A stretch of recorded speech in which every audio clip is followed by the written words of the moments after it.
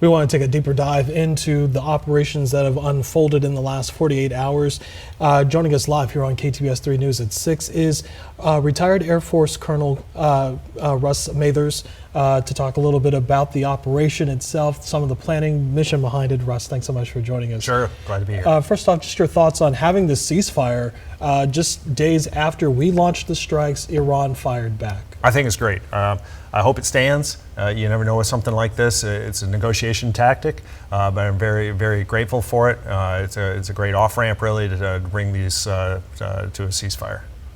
Whenever we have the Air Force involved in something like this, the 8th Air Force and, of course, Global Strike Command are often involved. Talk about the role that they played in all of this. So both the 8th Air Force and Global Strike Command were preparing those air crews and those maintainers and those weapons, munitions folks for something like this. This goes back years. They're always training, they're always preparing, they're always looking at different adversaries around the world and what could go wrong and how do you prepare against that target. I mean, there's intel officers that have been looking at those targets for years.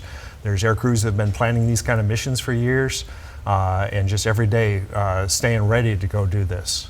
You spent years flying a B-2, a B-52 as well. A B-2 was used in Saturday's operation in Iran. What is this plane like to be inside of the cockpit at the time? Can you talk a little bit about the maneuvers and also what it takes to get this bomb loaded into this plane and making sure that it hits its target directly? Oh, wow, that's a lot. Yeah, I know. So the airplane's great. It's awesome technology. It did come out in 1997, so it is, a 30-plus-year-old airplane. But they keep upgrading the avionics and the capabilities of the airplane. And the airplane that's flying today is not the same B-2 that I flew back from 1997 to 2000. It's upgraded so much, and the air crews are doing so much with it. They find new ways to use that airplane. They're so innovative that they can find new tactics, and when you're bringing on new weapons like this GBU-57, we've never had a weapon like this that can penetrate 200 feet under the ground and hit a hard and deeply buried target like this and deliver these effects to destroy what's inside of that. So it's amazing what they do. And this is not just a dumb bomb. This is not just explosives in there. There's a computer in that bomb. So it's using GPS targeting coordinates to get the precision strike and give you those precision effects exactly where you need them. And it's got the faults of a computer too. So those aircrew members for that entire, they were probably flying 15 hours to get over to the target area. You're babysitting that bomb all the way, or those two bombs that you've got in the two bomb bays. And they're computers, so you're checking the software, you're checking the target coordinates, the timing, everything you're doing, because you're dropping that bomb on the exact moment that everybody else is depending on you to drop those other bombs. There's a lot of synchronization, especially with those Tomahawk land attack missiles that are coming in afterwards.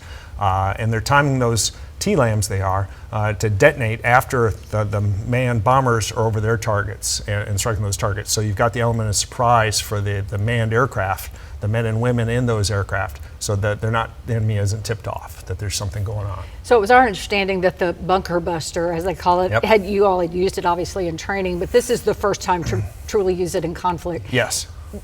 Does the Air Force think it performed as they had hoped? We'll see what it looks like from what I've seen on the imagery. When you see, I saw pictures of just 3 holes. That's exactly what you see out of a successful, hardened, deeply buried target attack. You're not going to see destruction or anything. You're just going to see 3 holes where the bomb went in. And all the destruction is happening hundreds of feet underground because you want that all focused underground like that. So it appears that it acted just right, and like I said, with that new niche weapon to get 14 for 14, that's amazing. So in Desert Storm, I flew a mission called Secret Squirrel, the patch here, and we've launched these classified cruise missiles, 35 of them, but we had 6 or 7 that didn't work. Just again, the avionics, the computers inside of them, they didn't work, and we had to retain those weapons. So we came back with some extra weapons. But for this GBU-57 to go 14 for 14, that's amazing. The maintainers, the munitions guys did great to have these ready.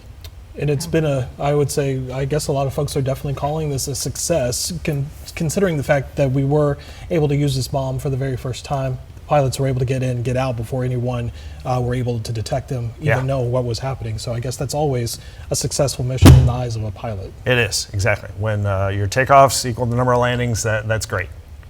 Yeah. Retired Air Force Colonel Russ Mathers, thank you so much for spending time with us, talking a little bit about this operation and how it could have gone down and how it went down and how this was months and years of planning and in the works. Yeah, thank you. I'm so proud of the men and women pulled this off. It's a huge feat, so Yeah. very happy. Russ, thanks so much. Thank you. you.